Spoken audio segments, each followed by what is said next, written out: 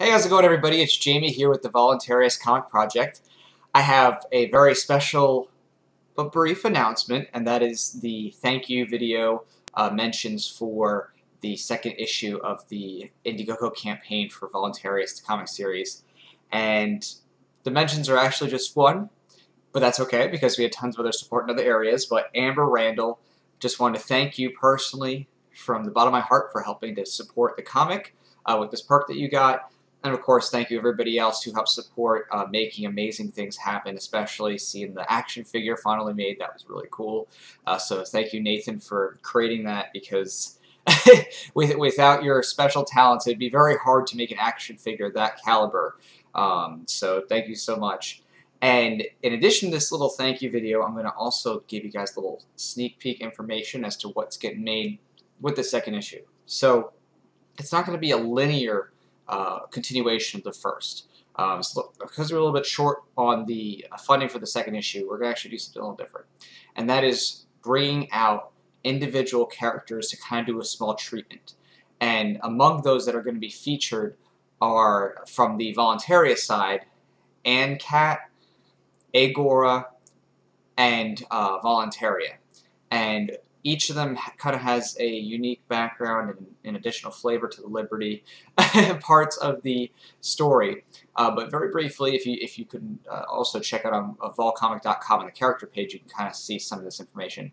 Voluntaria is a ex-cop who was on a no-knock raid when she kind of realized, like, wow, this is really bad, hurting people and terrorizing people for victimless crimes, and she gets hit by the radiation. She's coming home, and that kind of starts her story.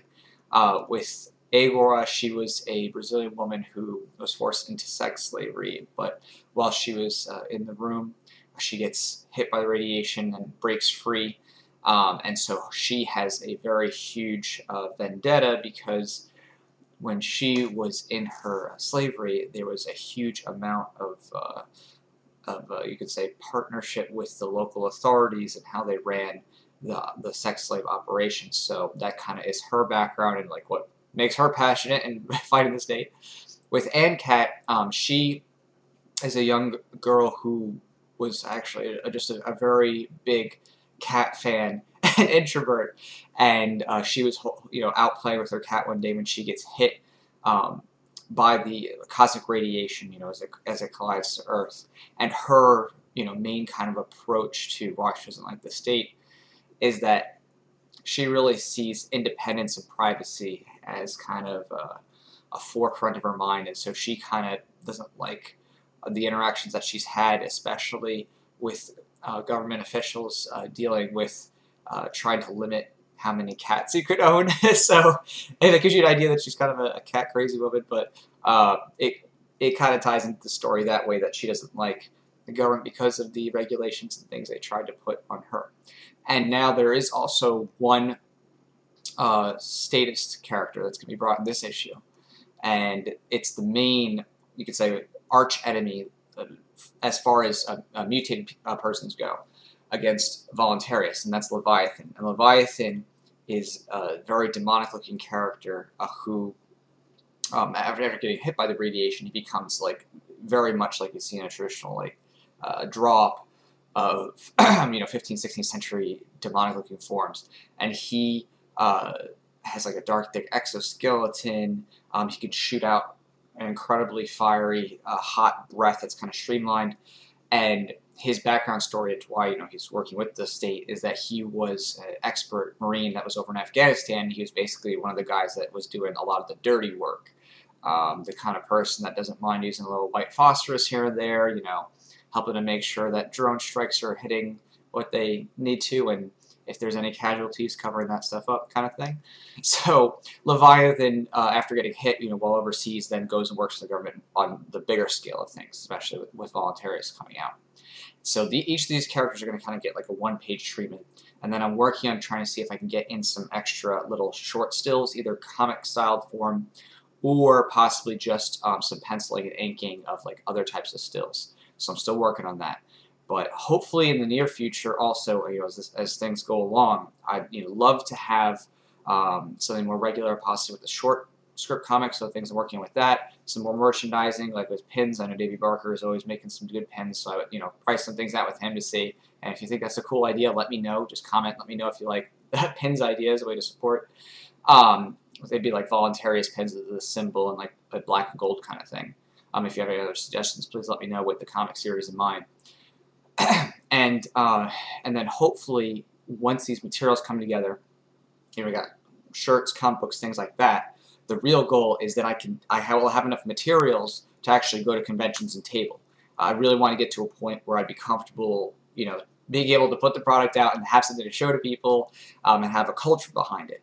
And how that's beneficial for those of us with a Liberty is it's a way to engage those who are in the comic book world, whether they're there for the comics or cosplay or this or that. It's a way to engage them on a discourse without it just being like, oh, have you heard of the non-aggression principle or something like that? It's a means to, incorporate that kind of, that fun, exciting, adventurous spirit into the Liberty movement in a way that relates to a specific demographic. One that, of course, I happen to love, as I love doing cosplay and things like that. And actually, I will, all things assuming going well, be at Dragon Con for the Saturday events. So that will be up in Atlanta. So if you're going to be there, let me know. Comment or message me on the Facebook, and might meet you up there. So the idea is kind of gearing this all up to eventually be able to be main stage, on tables, headed out to people that may not heard this stuff before, and of course, provide something that's really kind of fun and entertaining, especially within the Liberty movement.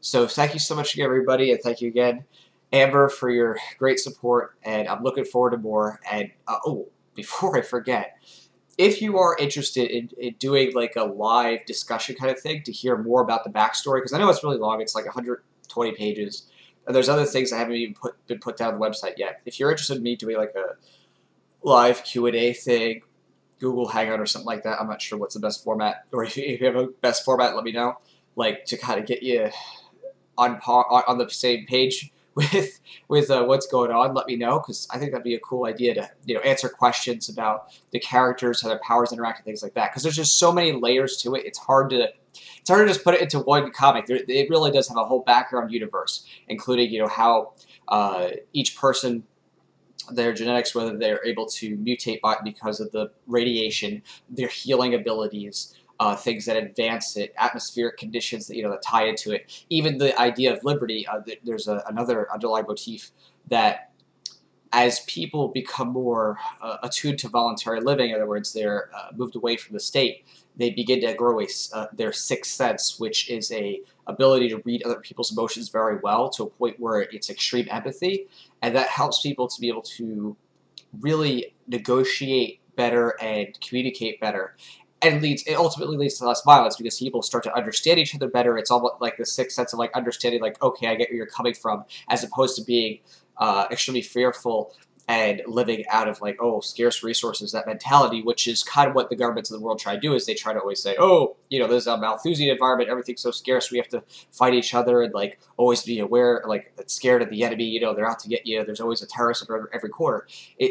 So the government is actually trying to suppress that sixth sense through fluoridation of water, indoctrination in schools, and things like that, because they don't want people to have empathy. They don't want people to say, oh, we can actually use our brains and relate and try to get to a better, more voluntary, peaceful society. So there's just so many different things. It's really hard to explain it all in a very short segment. So thank you so much, everybody, for your time. Looking forward to great things, and I'll be posting some updates, hopefully, next few weeks with some sketches as they come out with the artists. Thank you so much, everyone. Take care.